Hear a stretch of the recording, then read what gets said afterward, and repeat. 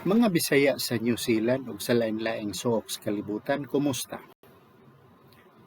Nining adlaw, ang atong nadawat nga pagpanukot gikan ni Eduardo. Lahi kini kay wala kini siya kalabutan sa balaod dinhi sa New Zealand o wala kini kalabutan sa mga suliran, tawhanong suliran nga may labot sa kakuti sa balaod. Ang iyahang pangutana mahitungod sa iyahang kahingawa sa paggamit sa mga pulong binisaya. Ako nalipay kanimo Eduardo nga aduna pay nahabilin sa imuhang gugma alang sa ato ang pinulungang binisaya. Gani jutay naman lang ang pagkabana ni kay ning usab o nagkausab naman ang kagawian sa binisaya sigon sab sa pag-usab sa mga panahon o sa teknolohiya. O lipay ko nga dunay ingon ini nga pangutana nga mamahimo natong bayluay o mahimong kahimanan sa pagbayluay sa mga hunahuna o mga gumunhap. Ang imong pangutana nag-ingon nga ikaw adunay pagduda sa paggamit sa pulong budhi o sa luib. Mura ni siya o ang imong pangutana mura o unsa man gyud ani, unsa man gyud sakto ni kagawian. No? Kining duha ka pulong gilahugay lang ni siya sa sagad nga sinultihan. No?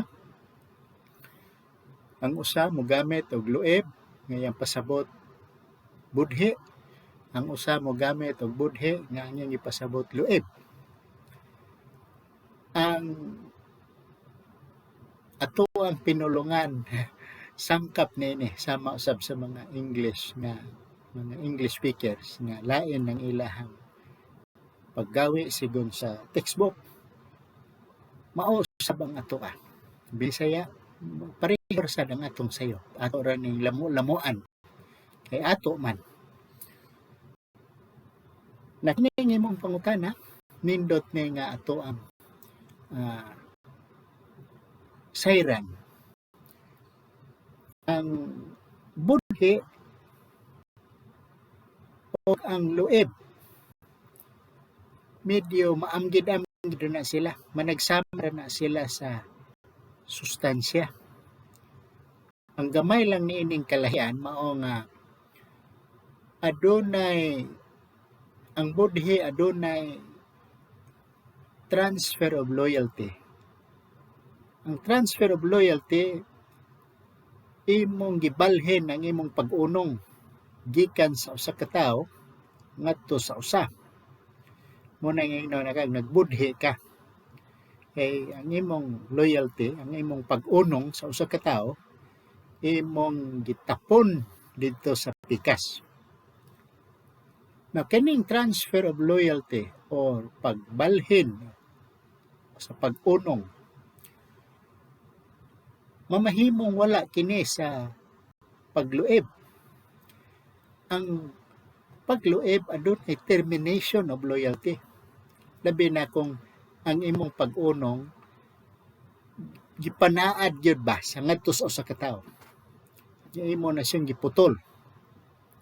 Wa magkinahanglan nga mo tapon ka dito sa laing pag-unong sa laing tao. Nagluib ka. Baliwa ka muunong sa katong tao nga imong gipanaaran nga imong unungan. No? Ug ang imong higala mo talikod kanimo, ang tawag niya na nagluib. Pero kung ang iyang pagtalikod mao nga hiklin ka na niya kay tuanay usa ka higala nga tua na pwede siyang pauraray dito sa mga bukton sa laing nilalang ang tawag niya na pagbudhi. Na sa di pa kini isirado, di pa tani sirad-an ning usa ka kini nga tulokibon yun yung subject matter. Ako na lang sad ning isalot, isalingit ang lain na sad nga medyo kalahian sa pulong. Gawas pa niining gitawag og budhi og luib, doon na patay gitawag og limbong.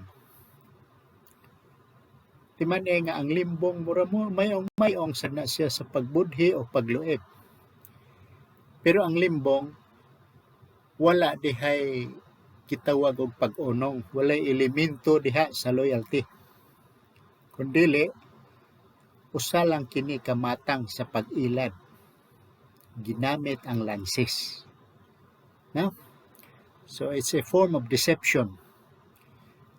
Lahi ni siya sa gitawag og budhi o luib. Kay doon naman dito elemento nga gitawag og loyalty o pag-unong. Kining limbong lansis ka, giilad ka. So ayaw na siya lahugaya ng tulo ka pulong kay managlahi ng ilang hitsura. Daghang salamat sa imuhang pangutana, Eduardo. O nindot kini, usa kini ka maayong timaan nga naglihok ang ato ang tinugkaran hitungod sa pinulungan. Kung ato kining subayon ang pinulungan, dili kini makapahimo natong tao. Apan timan nga ang pinulungan adunay konsepto sa luyo sa mga pulong. Dili kini makapahimo natong tao, apan ang pagkaplag sa mga konsepto sa mga pulong mo'y makapahimo natong tao nga sibilisado. Daghang salamat sa mga ningnunot ning atong sayranan sa mga Bisaya sa New Zealand. Daghang salamat usab kanimo, Eduardo. O ako nang hinaot nga inyo gihapong nungtan ang sunod natong yugto dinhi sa atong sayranan sa mga Bisaya sa New Zealand. O ayaw pagpanuko sa pagpangutana sa bisan unsang butang sa panahon nga dili na nato makabot, mahural na ko ni anak nga wa na ko'y kalibutan ni anak. Apan samtang ato pa na siyang matugkad, atong tabangan og tugkad. Daghang salamat og hangtod sa sunod higayon. Kini ang inyong abogado ug manlalaban sa mga Bisaya dinhi sa New Zealand ug sa lain-laing suok sa New Zealand, si Dr. Paul Alforque. Moingon daghang salamat sa pagsunod hangtod sa lain na usab nga higayon.